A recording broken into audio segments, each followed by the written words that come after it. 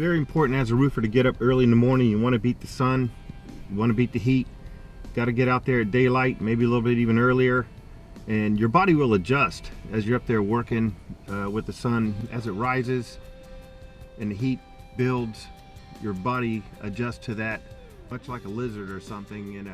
Doesn't affect you so much as if you just walked out 9-10 o'clock in the day. You feel that wave of heat here in August in Florida, extremely hot in the summertime. So yeah, you want to get out there and use all your energy up while the sun just starts rising.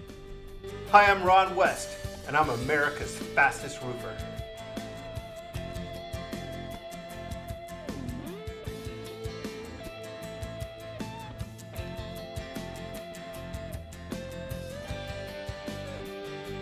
What exactly does it mean to be a roofer? To me, it means that you've got to have something about you that most people don't have.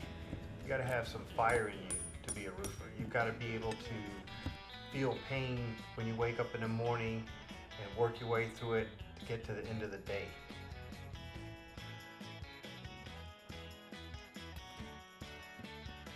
As a roofer, my greatest achievement was, and still is, winning competition nailing shingles. I am the greatest shingle nailer by hand on the planet. Nobody's been able to do what I've done. I've won more contests in more states than any other roofer on the planet. Whether they're a roofer, a contractor, or anything to do with roofing, I've won more awards than anyone else. I've done this in front of audiences, not just some video of somebody up on the roof. Specific rules at a roofers convention, that's where my contests were when I used to race back in the day.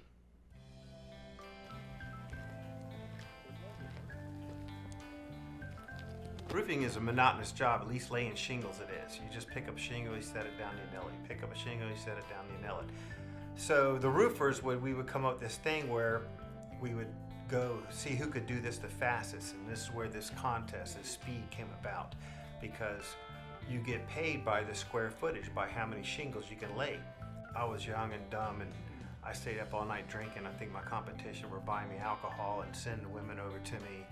I didn't even sleep that night, and long story short, I lost the contest the next day in front of my family and friends. It was extremely humiliating. And so I was so pissed off, I went home that day and I built an exact mock specification of the roof that I would race on the next year. And I worked for somebody at the time, and I would nail shingles all day long for my boss. If I had enough time in the evening, I would go and do that roof in the evening before dark. I did that roof on the weekends. I even bought a camcorder, which was huge back in the 1980s. I put on a tripod, I videoed myself over and over and over again to try to figure out how to get a half second faster. And here I've been waiting. Here I've been waiting a whole year for this day. And all of a sudden, I hear Eye of the Tiger, Rocky music, da da da da da da da. And I'm just sitting there thinking, like, please God, don't let me hit my finger. But when they blew the whistle, I was like in the air, grabbing a shingle, spinning around and nailing it. And out of the corner of my eyes, I could see the other roofers just starting to step in there on their roof. So I already knew I was in their head because it would sound like a machine gun when I was nailing. So just like the year before, I get done. So everybody's like, come on down to the bar, man, drink some. I'm like, oh, hell no. I hadn't drank a drop of alcohol since I lost that contest the year before. Now, I've won many, many, many contests since then, but that one was the most joyous competition to win because I had to wait a whole year for it. But what it did was, it sent me into a direction I probably wouldn't have never went in my life.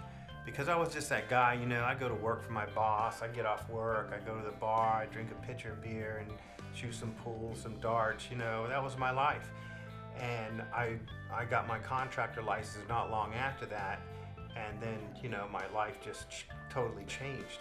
But yeah, there's something in lessons in everything. So it really doesn't matter at the time if you lose something. So what you're going to do about it? What you're going to do about it to come back and show that you're the best there is. So that was like what got me into this, where just striving to be the best at everything I do. So, and there's a lot of days you want to quit, you want to give up. Something might happen. Hell, today I ran into a ladder, busted my head. So, you know what? I'll heal, go back to work, shut up. So, you gotta have a little bit of toughness about you to do this kind of work. Because you think about it, you're taking someone's roof off, a house that they're living in. And so many things can go wrong with equipment, material delivery. Rain comes up and you take a roof off and there's a lot of woodwork and you haven't gotten all put back together again, and that storm hits and you ceilings all fall in, their furniture and their TVs and the computers all damaged, you will have a catastrophe. Yeah, you might have your general liability insurance to pay for all that, but you can't keep doing this over and over again because you're going to get canceled and nobody's going to want you on their house. And this ain't count like, the cleanup and somebody, steps on a nail. There's so many things. But again, you do it properly, you can become a multimillionaire being a roofer. Starting out being a roofer, turn into a contractor, become the best contractor you can be. People will want you when the time comes.